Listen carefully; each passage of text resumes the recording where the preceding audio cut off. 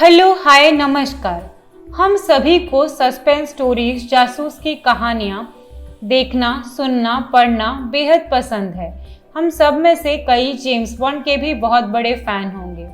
आज हम जानेंगे ऐसे ही एक जेम्स बॉन्ड के बारे में जिन्हें भारत का जेम्स बॉन्ड कहा जाता है।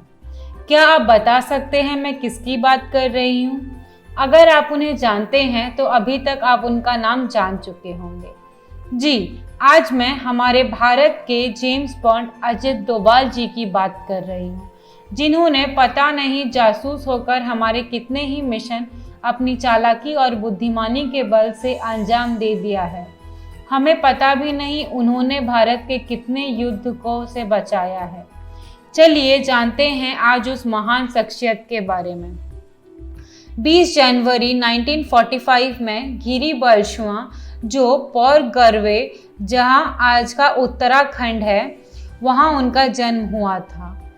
उनका जन्म एक फौजी परिवार में हुआ था। उनके पापा एक आर्मी ऑफिसर थे जिनका नाम मेजर जीएन डोभाल था।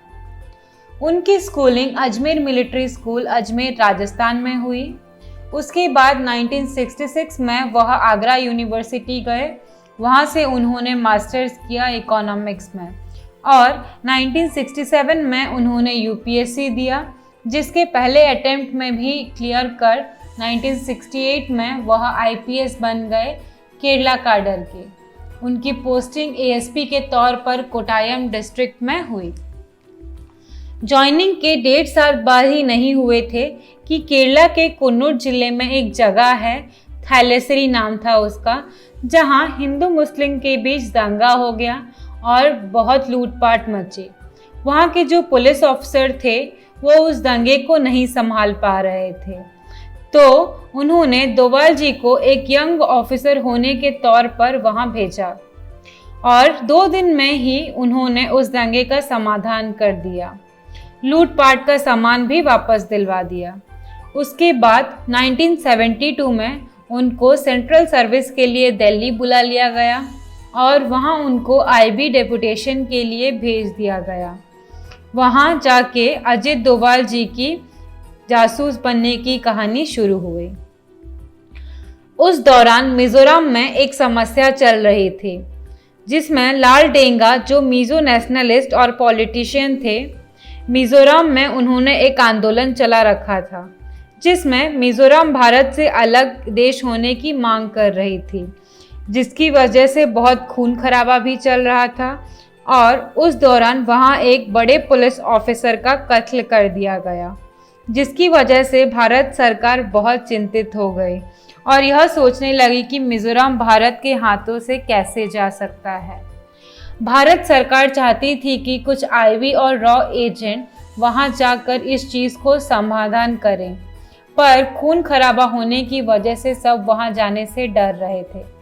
तभी कुछ दिन पहले ही अजित डोभाल जी की नई शादी हुई थी और जब उन्हें इस समस्या का पता चला तो वह मिजोरम जाने की सोचने लगे और वह अपनी पत्नी के साथ मिजोरम चले गए। उनके अगले 5 साल की तैनात मिजोरम में ही हो गई। वहां जाने के बाद उन्होंने लाल डेंगा के बारे में सारी इन्फॉर्मेशन निकाली, जहां से उन्हें पता चला कि लाल डेंगा के 7 कमांडर हैं, जिनकी वजह से वह इतने पावरफुल हैं और उनका ही दबदबा चलता है। उसके बाद उन्होंने उन 7 कमांडर के बारे में सब पता लगाया और उनसे मिलकर उन 7 में से 6 कमांडरों से दोस्ती की और अपने तरफ कर लिया।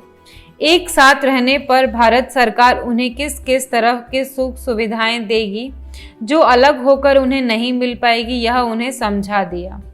इसके बाद लाल डेंगा की पार्टी कमज़ोर पड़ गई और 1976 में लाल डेंगा और भारत सरकार के बीच एक शांति बैठक हुई, जहां उन्हें यह बताया गया कि उनके 6 कमांडरों को अपनी तरफ कर लिया गया है और आपके पास अभी कोई चारा नहीं है।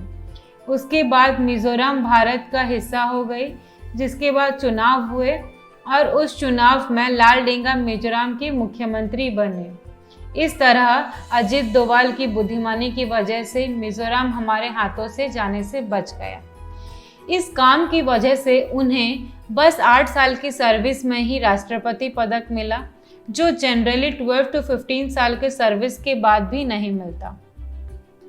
उसके बाद सिक्किम में भी ऐसा ही एक हादसा हुआ। वहाँ के जो राजा थे उन्होंने एक अमेरिकी लड़की से शादी कर ली जो एक CIA एजेंट थी और वह सरकार चलाने लगी। सरकार टेंशन में आ गई। CIA एजेंट मतलब अमेरिका से कंट्रोल होगा और उसकी बात संभालना बहुत मुश्किल हो जाएगा। अब सिक्किम भारत से अलग हो गई थी, कुछ अधूरे कॉन्ट्रैक्ट्स के साथ सिंपल से जुड़ ही रही थी पर पूरी तरह मिली नहीं थी। तभी अजित डोभाल जी वहां गए और उनके बुद्धि बल से सिक्किम को भी भारत का देश का हिस्सा बना लिया। उसके बाद 1972 में जब स्माइलिंग बुद्धा मिशन फेल हुआ, जो कि इंडिया को एक न्यूक्लियर वेपन कंट्री बनाने के लिए एक मिशन किया गया था, तब वह फेल हो गया। जब वह फेल हो गया तो इस बारे में पूरे देश को और पूरे वर्ल्ड को पता चल गया। इससे पाकिस्तान डर गया और वह भी न्यूक्लियर वेपन बनाने की सोचने लगा, जिसके लिए उसने फ्रांस और चाइना की मदद मांगी। फ्रांस को जब पता चला कि यह टेक्नोलॉजी के लिए नहीं वेपन के लिए बना रहे हैं, तो उन्होंने हेल्प करने से मना कर दिया, पर चाइना उनको हेल्प करना चाहता था।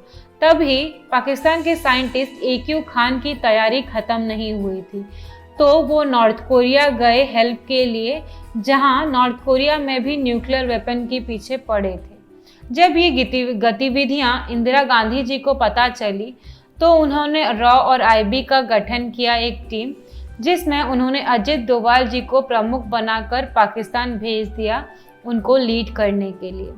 खबर मिली कि कहोटा नाम की जगह पे खान रिसर्च सेंटर में उनका काम चल रहा है, पर कंफर्म नहीं हो पा रहा था कि वहाँ काम चल रहा है या नहीं। तो शक को यकीन में बदलने के लिए अजित डोभाल जी खान रिसर्च सेंटर के सामने एक भिखारी के रूप में इर्द गिर्द घूमने लगे। बहुत दिन घूमने के बाद भी जब कुछ पता नहीं चला, तो उनके थोड़े रिसर्च के बाद उन्हें यह पता चला कि अगर कोई न्यूक्लियर का काम कर रहा है तो उसके रेडिएशन उसके बॉडी में आ जाएगा। तो अगर उनका बॉडी का कोई टुकड़ा या फिर बाल मिल जाए तो कुछ हेल्प हो सकती है।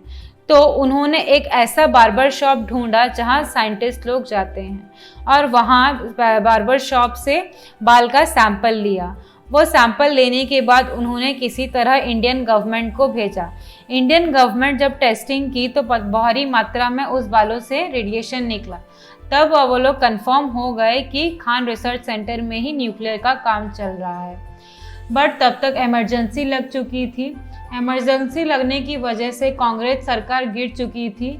इंदिरा गांधी इलेक्शन लूज कर गई थी और तब मोरारजी देसाई नए PM के रूप में आ चुके थे।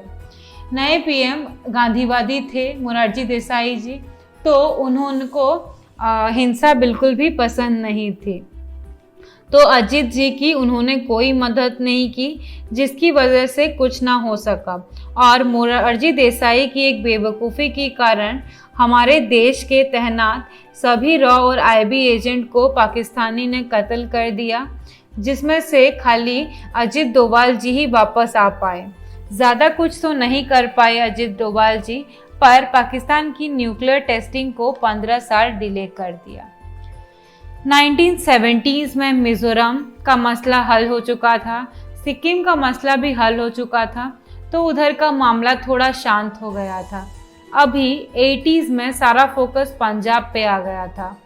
पंजाब में आतंकवाद घुस चुके थे, खालिस्तानी अपनी आवाज़ उठा रहे थे। उसी दौरान ऑपरेशन ब्लू स्टार हुआ 1984 में, और 1988 में ऑपरेशन ब्लैक थंडर हुआ, वही स्वर्ण मंदिर में, जहां कुछ खालिस्तानी ने स्वर्ण मंदिर के कब्जे में ले लिया था। तब अजित डोभाल जी IB के हेड थे, वह पंजाब गए और स्वर्ण मंदिर के बाहर ही एक रिक्शा वाला बनकर घूमने लगे, उसके इर्द गिर्द घूमने लगे, पर बाहर रहकर कुछ पता ना चला। उस वजह से उन्होंने अपनी जान की बाजी लगाकर अंदर गए, जहां उनको खालिस्तानियों ने पकड़ लिया। पर उन्होंने उनको भरोसा दिलाया कि वह ISI एजेंट हैं और पाकिस्तान से हैं और इंडिया के खिलाफ उनकी मदद करने आए हैं और उनका भरोसा जीत कर अंदर से सारे इन्फॉर्मेशन कलेक्ट करके बाहर आकर इंडिया गवर्नमेंट को दे दिए, जिसकी वजह से ऑपरेशन ब्लैक थंडर शुरू हुआ और स्वर्ण मंदिर को खाली कराया गया।